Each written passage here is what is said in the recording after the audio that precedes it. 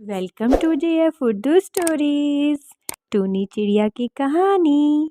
एक दफ़ा का जिक्र है, एक बहुत खूबसूरत सा जंगल था जिसमें हर तरह के परिंदे रहते थे। कोई अमीर, कोई गरीब, कोई बहुत ज़्यादा मालदार और किसी को खाने के लिए कुछ भी मुयस्सर ना होता था। ये सब एक ही जंगल में रहते थे और उन्हीं में से एक टूनी चिड़िया थी जिसका नाम रानो चिड़िया था। रानो चिड़िया की एक बेटी थी जो कि उसके साथ रहती थी और वो बहुत ज़्यादा मेहनती थी। रानो चिड़िया कालू कौवे के घर में काम काज करती थी और वहीं से उसको जो पैसे मिलते उससे अपना गुजर बसर करती थी। रानो चिड़िया बहुत ज़्यादा मेहनती थी। अपनी बच्ची को पढ़ा लिखा कर वो एक होटल मैनेजमेंट का कोर्स कराना चाहती थी और उसके लिए एक बड़ा सा होटल भी खोलना चाहती थी, लेकिन उसके पास अभी इतने पैसे तो ना थे, तो वो बहुत ज़्यादा मेहनत करती थी। कालू कौवे के घर में वो काम करती थी, लेकिन कालू कौवे की बीवी बहुत ज़्यादा जुल्म करती थी, उससे बहुत ज़्यादा काम करवाती थी। एक दिन ऐसे ही जब रानो चिड़िया काम पर जाने लगी तो रानो चिड़िया की बेटी को आज स्कूल से छुट्टी थी। उसने अभी होमवर्क करना था, लेकिन रानो चिड़िया उसको अकेला घर में छोड़कर नहीं जाना चाहती थी। रानो चिड़िया ने कहा कि आओ मेरी प्यारी बेटी, अपना बस्ता ले लो और मेरे साथ ही तुम उधर चलो, उधर बैठ के काम कर लेना। और उसने अपना बस्ता पकड़ा और अपनी माँ के साथ हो ली। फिर वो चलते चलते पहुँचे कालू कौवे के घर।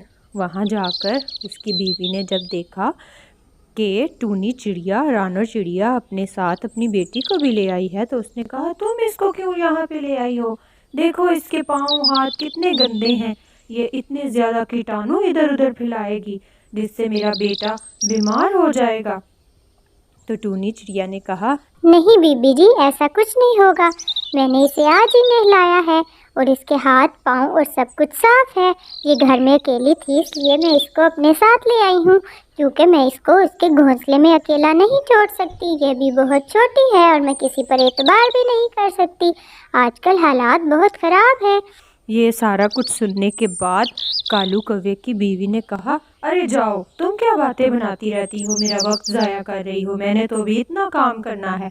तुम जल्दी से जाओ और जाके बर्तन साफ करो, कपड़े धो, चक्की पे आटा पीसो और सारे काम मुकम्मल करने के बाद तुमने मेरे सर में तेल भी लगाना है। रानो चिड़िया ने कहा, ठीक है बीबी जी, और फिर वो कामकाज पर लग गई। आहिस्ता आहिस्ता उसने सारे काम मुकम्मल कर लिए। तो दूसरी तरफ कालू कौवे का बेटा अपने खिलौनों के साथ खेलने में मसरूफ़ था। जग्गू कौवा अपनी एक खिलौना ट्रेन के साथ खेल रहा था और वहीं पे रानो चिड़िया की बेटी भी थी। जब उसने वो ट्रेन देखी तो उसके दिल में आया, काश ये ट्रेन मेरी होती, और उसने वो ट्रेन पकड़कर मौका देखकर अपने बस्ते में डाल ली। और फिर उनका घर जाने का वक्त हो गया और वो घर चली गई। जब वो घर गई तो रानो चिड़िया की बेटी ने कहा कि अब मैं ट्रेन ये अपने बस्ते से बाहर नहीं निकालूंगी। जब मैं कल स्कूल जाऊंगी तो उधर नदी पर बैठकर मैं इससे खेल आऊंगी, वरना अगर मेरी माँ को पता चला तो वो तो मुझे बहुत ज्यादा डांटेगी और मारेगी और मुझे कहेगी कि तुमने ये क्या किया है, क्यों चोरी की है। लेकिन ये खिलौना तो इतना प्यारा है, मेरे पास तो कोई खिलौना नहीं है। कोई बात नहीं, अगर जग्गू कौवे की एक ट्रेन मैंने ले ली, उसका तो खिलौनों का पूरा संदूक भरा पड़ा है। अगर वो कोई एक खिलौना मुझे दे देगा तो इसमें कौन सी बुरी बात है। वो ऐसे ही अपने आप को दिलासा दे रही थी और पूरी रात फिर ऐसे ही उसकी सोचते गुजर गई कि मैं ट्रेन के साथ खेलूंगी। उसकी माँ ने उसको कहा कि बेटी, ईमानदारी ही सबसे बड़ी चीज़ है। हम बहुत ज़्यादा गरीब हैं, लेकिन हमें किसी के घर में कोई चोरी चकारी नहीं करनी चाहिए। हमें बहुत अच्छे तरीके से पेश आना चाहिए सबके साथ। दूसरी तरफ जग्गू कौवा जब सोकर उठा तो वो देखकर हैरान रह गया कि उसकी खिलौना ट्रेन तो उसके खिलौनों में मौजूद नहीं थी। उसने ऊंची ऊंची आवाज़ में रोना शुरू कर दिया। जब जग्गू कौवे की माँ उसके पास आई, काली कौवी उसके पास आई, तो काली कौवी ने कहा कि बेटा तुम्हें क्या हुआ है? तो उसने बताया कि मेरी खिलौना ट्रेन नहीं है और वो रानो चिड़िया की बेटी उठा कर ले गई है। तो वो दोनों उड़ते उड़ते रानो चिड़िया के घर पहुँचे, जहाँ पे टूनी चिड़िया रानो चिड़िया अपनी बेटी के साथ बातों में मसरूफ़ थी। जब उन्होंने ज़ोर-ज़ोर से उनके दरवाज़े पर दस्तक दी तो रानो चिड़िया बाहर गई और पूछने लगी कि क्या मसला है, कौन आया है? जब उसने देखा तो उसकी मालकिन थी। उसने कहा, बीबी जी क्या हुआ, आप हमारे घर पे कैसे तशरीफ ले आई? आप मुझे जहमत दे देती। काली कवि ने कहा, रानो तेरी बेटी कल मेरे बेटे की ट्रेन उठा कर ले आई है। इसे इतनी शर्म न आई कि जिनका खाते हैं उन्हीं के सर में हम कैसे छुरा घोंप सकते हैं। इसने ऐसा बुरा काम किया। तो रानो चिड़िया ने जब अपनी बेटी से पूछा तो वो ना मानी।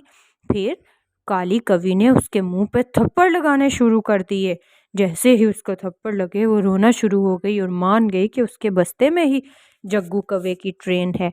जब ये सारा मामला हुआ तो रानो चिड़िया बहुत अफसुर्दा हो गई।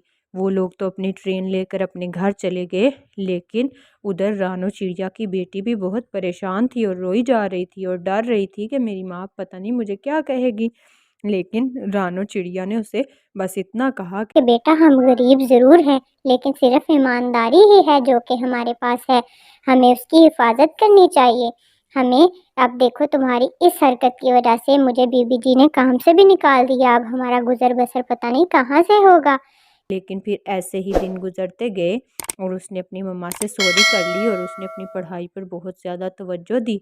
और होटल मैनेजमेंट का कोर्स करने के बाद उसने 2 साल बाद अपना होटल जंगल में खोल लिया, जो कि बहुत अच्छी तरह चलने लगा। दूर दराज के मकामात से भी परिंदे यहाँ पर आते और आकर होटलिंग करते थे और बहुत खुश थे। दूसरी तरफ कालू कौवे के घर में बहुत ज़्यादा बोचाल मच गया था। कालू कौवा चोरी के इल्ज़ाम में जेल चला गया था और पीछे से उसका घर भी बिक गया था। उसका बेटा तो बहुत निकम्मा था। वो जहाँ कहीं भी नौकरी के लिए जाता तो उसको कोई नौकरी पर ना रखता था और इस तरह से उनके हालात बद से बदतरीन होते गए। और काली कवि ने एक दिन अपने बेटे से कहा, जग्गू बेटा तुम तो मेरे लिए एक वक्त की रोटी का भी इंतज़ाम नहीं कर सकते, चलो मैं ही जाती हूँ कुछ करने के लिए। वो अपना संदूक उठा कर जाती है और रानो चिड़िया के होटल पे पहुंच जाती है। उसे मालूम नहीं होता कि ये रानो चिड़िया का होटल है। वो देखती है और वहाँ पर जाकर एक आदमी से कहती है, मेरी मदद करो, ये मेरे से संदूक ले लो, इसमें कुछ पुरानी चीज़ें हैं जो मेरे काम की नहीं है, लेकिन मुझे और मेरे बेटे को 2 वक्त की रोटी दे दो ताकि हम खाना खाकर आसानी से सो सकें। हम तो कितने दिनों से सोए भी नहीं हैं। जब वो कबूतर ये सारी बात सुनता है तो वो कहता है, नहीं, हम कोई कूड़ कबाड़ लेने वाले नहीं हैं। ऊपर से ही रानो चिड़िया की बेटी आ जाती है। वो कहती है, माँ जी ये लें खाना और ये भी ले जाएं अपने साथ, हमें इसकी ज़रूरत नहीं है। लेकिन वो अपना संदूक वहीं छोड़कर खाना लेकर चली जाती है। जब रानो चिड़िया की बेटी वो संदूक खोलती है तो देखती है उसकी आंखों में आंसू आ जाते हैं। उसमें वही ट्रेन पड़ी होती है जो कि 2 साल पहले उसने जग्गू कौवे से चुराई होती है। वो ट्रेन पकड़कर अपनी माँ के पास अपने घर पहुँचती है और कहती है, माँ देखो मैंने आज खाने के बदले ट्रेन खरीद ली। उसकी माँ कहती है, अरे कैसी बातें कर रही हो मेरी बेटी, तुम कैसी बातें करती हो, कभी कभी तो मुझे तुम्हारी समझ ही नहीं आती। लेकिन रानो चिड़िया की बेटी उसको पूरी कहानी सुनाती है कि किस तरह से काली कवि आई और उसने उसको वो संदूक दिया जिसके अंदर जग्गू कौवे की वो ट्रेन थी। उसने जब वो ट्रेन देखी तो उसने वो ट्रेन ले ली और अब देखो उसके पास वो ट्रेन भी है और उसके पास इतना ज़्यादा पैसा भी है। तो चूनी चिड़िया ने उसको कहा कि देख लो हमने अल्लाह ताला के बताए हुए रास्ते पर चलना शुरू किया, तुमने बहुत ज़्यादा मेहनत की और हम दोनों ने मिलकर ये होटल बना लिया और हम कामयाब हो गए। और देखो अब काली कवि भी हमारे घर पर खाना लेने आती है। अल्लाह का लाख लाख शुक्र है कि हम सुरखरू हो गए। तो प्यारे बच्चों, इससे हमें ये सबक मिलता है कि हमें ईमानदारी के साथ हर काम करना चाहिए और लगन के साथ और मेहनत मजदूरी करके हमें अपना मकसद हासिल कर लेना चाहिए। हमें किसी के मुंह की तरफ नहीं देखना चाहिए और बाकी सब कुछ अल्लाह ताला पे छोड़ देना चाहिए। टूनी चिड़िया की कहानी। एक दफ़ा का जिक्र है, किसी जंगल में बहुत ज़्यादा पंछी रहते थे। उनमें तरह तरह के पंछी थे, टूनी चिड़िया, कबूतर, काली कौवी, काला कौवा, ये सारे मिलजुल कर रहते थे। आजकल बहुत ज़्यादा ठंडी हवाएं चल रही थीं। सागर बहुत ज़्यादा ठंडी हवाएं भेज रहा था। तो एक दिन कबूतर ने आकर टूनी चिड़िया से कहा, अरे बहन, सारे जंगल के परिंदे जा रहे हैं कपास इकट्ठी करने, ताकि सर्दी आने से पहले पहले वो अपने गर्म बिस्तर बना लें। तो क्या तुम भी चलोगे हमारे साथ? तो टूनी चिड़िया ने कहा, क्यों नहीं भाई, मुझे भी तो सर्दी लगती है। देखो आजकल कितना ठंडा मौसम है, तो जब ठंडी हवाएं चलती हैं तो इसका मतलब है कि जो आने वाली सर्दी होगी वो बहुत ज्यादा बर्फीली होगी और उसमें बहुत ज्यादा ठंड होगी। तो हमें इससे बचना चाहिए। और हमारे घोंसले भी तो देखो तिनकों से बने हुए हैं, इनमें तो कोई गर्माइश ही नहीं है। तो चलो मैं चलती हूँ। और वो फिर कबूतर के साथ हो ली। जब वो उस किसान के कपास वाले फसल में पहुंचे तो उन्होंने देखा कि वो खेत तो बिल्कुल खाली था। सारे परिंदे बहुत ज़्यादा अफसरदा हो गए और बहुत ज़्यादा अफसोस करने लगे कि हाय, हमने क्यों इतनी देर कर दी। हम पहले आ जाते तो हम कपास की फसल से कुछ कपास ले लेते, रुई लेकर हम अपनी गरम गरम बिस्तर बना लेते ताकि ठंड में उनसे हमें राहत मिलती। लेकिन अब हम क्या करें। तभी काला कौवा कहता है कि मुझे पता है किसान का घर किधर है। हाँ, आओ हम उसके घर चलते हैं और उसे कहते हैं कि हमें थोड़ी सी कपास दे दे। कबूतर भी ऐसे ही कहने लग जाता है और वो फिर सारे किसान के घर पहुंचते हैं। जब वो किसान के घर पहुंचते हैं तो वो देखते हैं कि किसान की बीवी कपास की फसल के पास खड़ी है और उसको धूप में सुखा रही है। सारे परिंदे कहते हैं कि इंसान तो अच्छे नहीं होते, वो तो हमें कभी भी ऐसे कपास नहीं देंगे, लेकिन हम अपनी तरफ से बात करके देखते हैं। टूनी चिड़िया बात शुरू करती है तो वो कहती है कि अरे अम्मा जी, आप हमारी मदद कीजिए। हम ये कपास लेना चाहते हैं ताकि हम सर्दियों के मौसम में गरम गरम बिस्तर बना सके, ताकि हम सर्दी से बच सके और बीमार ना हो जाएं। हमारे बच्चे भी बहुत छोटे छोटे हैं जिनको बहुत ज्यादा सर्दी लगती है। आपको भी मालूम होगा कि छोटे छोटे बच्चों को सर्दी से बचाना कितना मुश्किल काम है। तो वो बूढ़ी माँ कहती कहती है, नहीं, मैं ऐसे बिल्कुल नहीं करूंगी। मैं तुम्हें कपास दे तो दूं, लेकिन मेरा मियाँ मुझे मारेगा। आकर किसान मेरी बहुत ज्यादा पिटाई करेगा कि तुमने ये कपास क्यों परिंदों को दी। इतनी ही देर में वहाँ पे किसान आ जाता है। किसान देखता है कि सारे परिंदे कपास की फसल के पास खड़े हैं तो वो उनको डांटना शुरू कर देता है। भागो इधर से, मेरी कपास की फसल को खराब मत कर देना, भागो इधर से।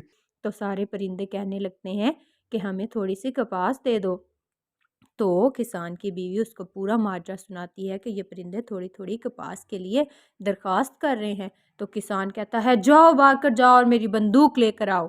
जैसे ही वो बंदूक की बात सुनते हैं तो सारे परिंदे वहाँ से उड़ जाते हैं और उड़ते उड़ते वो सोच रहे होते हैं कि अब हम क्या करें, हम कहाँ से कपास लेंगे और किस तरह से सर्दी से बचेंगे।